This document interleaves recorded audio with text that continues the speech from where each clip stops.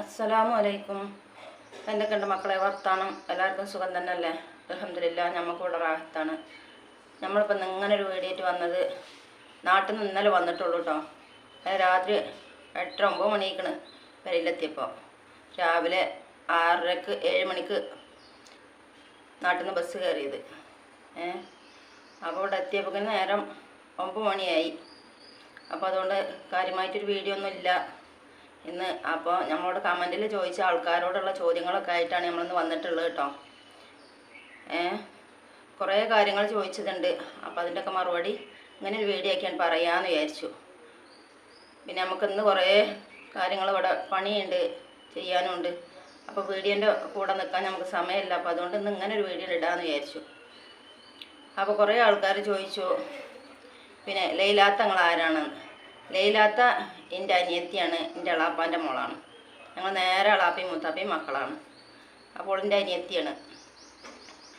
ഞങ്ങളൊരു വരിയിൽ കഴിഞ്ഞ മനുഷ്യന്മാരാണ്. പിന്നെ ഒക്കെ കുട്ടികളും മക്കളൊക്കെ വലിയതായപ്പോൾ വേറെ പോയതാണ്.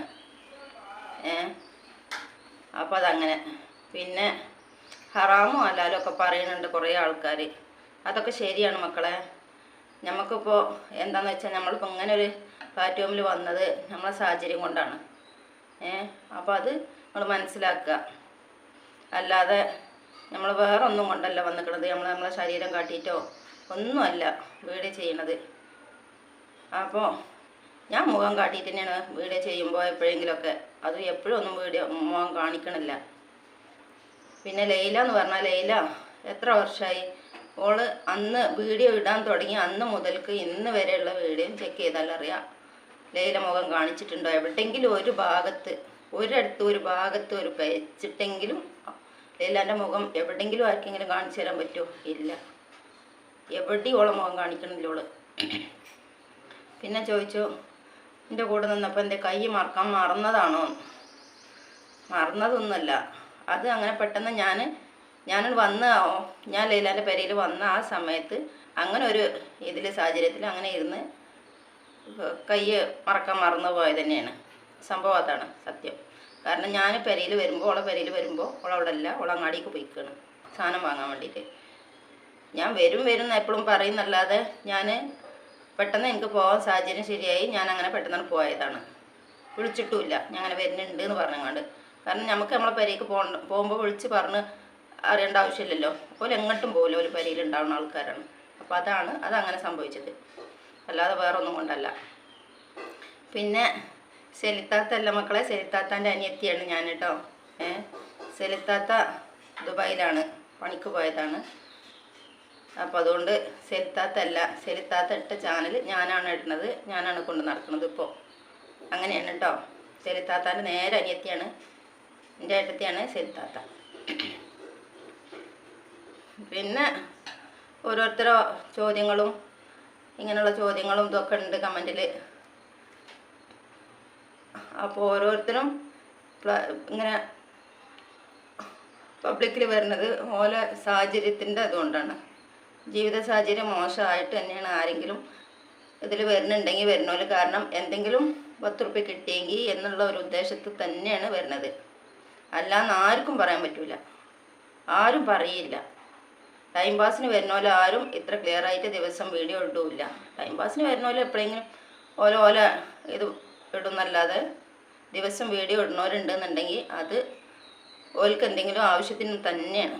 അല്ലെങ്കിൽ ഇപ്പം എന്നെക്കൊണ്ട് പറഞ്ഞ പോലെ കടത്തിൻ്റെ മുകളിൽ കടം വന്ന് ഹോസ്പിറ്റൽ വിഷയങ്ങൾ ഒരു 2 ഹോസ്പിറ്റൽ വന്നു കഴിഞ്ഞാൽ നമുക്ക് എത്ര സമ്പാദ്യം ഉണ്ടെങ്കിലും നമ്മളെ കൂടെ താങ്ങാൻ പറ്റാത്തൊരു സാഹചര്യമാണ് മക്കളെ. ആരും ഇങ്ങനെ കുത്തി വേദനിപ്പിക്കാതെ സപ്പോർട്ട് ചെയ്യുക പറ്റുന്നുണ്ടെങ്കിൽ. അല്ലാന്നുണ്ടെങ്കിൽ വേദനിപ്പിക്കാതിരിക്കുക. ഓരോ ആളുകളുടെ അവസ്ഥയും ഞാൻ ഇപ്പോൾ കണ്ടതൊക്കെ അങ്ങനെയാണ്. ഓരോരുത്തരും അല്ലെങ്കിൽ വീട് ജപ്തി, അല്ലാന്നുണ്ടെങ്കിൽ ഹോസ്പിറ്റൽ വിഷയങ്ങൾ ഒന്നും ചെയ്യാൻ കഴിയാതെ, അല്ലാന്നുണ്ടെങ്കിൽ സമ്പാദിക്കാൻ ആളില്ലാതെ ഒരു വഴിയില്ലാതെ പെരുവഴിയിൽ നിൽക്കണോല്, ഇങ്ങനെയൊക്കെയാണ് എത്രയോ കണ്ടത്. അപ്പോൾ ആരെയും വേദനിപ്പിക്കാതെ നല്ല നിലക്ക് സപ്പോർട്ട് ചെയ്യുക. എന്തെങ്കിലും തെറ്റുകുറ്റങ്ങൾ ഉണ്ടെങ്കിൽ അത് നിങ്ങൾ പറയുക. എനിക്കത്രേ പറയാനുള്ളൂ. കാരണം എൻ്റെ സാഹചര്യം അതാണ്. ഞാൻ ഇപ്പോൾ എത്രയോ ആയി എന്നോട് പറയണത് വീഡിയോ ഇട്ടോ. പക്ഷേ എന്തെങ്കിലും ശരിയാവും എന്നുള്ള സാഹചര്യത്തിൽ അങ്ങനെ പോയതേന്നു. പക്ഷേ ഒരു വഴിയിലും സാഹചര്യം ഒത്തു പോണില്ല. ഓരോ ഹോസ്പിറ്റലിലും എത്രയാണ് സംഖ്യ, നമ്മളെ കൊണ്ട് താങ്ങാൻ പറ്റാത്ത ഇതാണ്. ഓരോ ടെസ്റ്റിനും കൊടുക്കണ അവസ്ഥ എല്ലാവർക്കും, ഒരുവിധ ആൾക്കാർക്കൊക്കെ അറിയാം. ഇനി അവനാർക്കില്ലെങ്കിലും ആർക്കും വരാതിരിക്കട്ടെ ഇങ്ങനത്തെ ഒരു അവസ്ഥ. വന്നോലത്ത് പഠിച്ച റബ്ബ് എത്രയും പെട്ടെന്ന് മാറ്റി കൊടുക്കട്ടെ. എനിക്കത്രേ പറയാനുള്ളൂ. നിങ്ങൾ ആരും വേദനിപ്പിക്കാതിരിക്കുക. സാഹചര്യം കൊണ്ട് തന്നെയാണ് എല്ലാവരും ആരായിരുന്നാലും വീടിൻ്റെ മുന്നിൽ വന്നിരിക്കുന്നത്. അത് മനസ്സിലാക്കിക്കാണ്ട് ആരും വേദനിപ്പിക്കാതെ നല്ല നിലക്ക് പോവുക. കാരണം എനിക്ക് ഈ മെസ്സേജുകളൊക്കെ കാണുമ്പോൾ എനിക്ക് ഭയങ്കര വിഷമമുണ്ട്. എന്ത് ചെയ്യാനാ, ഒന്നും ചെയ്യാൻ പറ്റില്ല. ഞാൻ എൻ്റെ സാഹചര്യം അതായിട്ടല്ലേ അങ്ങനെ വന്നത്. ഇതിൽ നിന്ന് എൻ്റെ സാഹചര്യം ഇതിൽ നിന്ന് എൻ്റെ കടം ഇതെല്ലാം മാറി ശരിയായി കഴിഞ്ഞാൽ ഞാൻ ഇതിൽ നിന്ന് പിന്മാറും ചെയ്യും. കാരണം വേറൊരു വഴി ഇല്ലാത്തതുകൊണ്ടാണ്. അപ്പോൾ എല്ലാവരോടും ഇത്രയൊക്കെ തന്നെ പറയാനുള്ളൂ.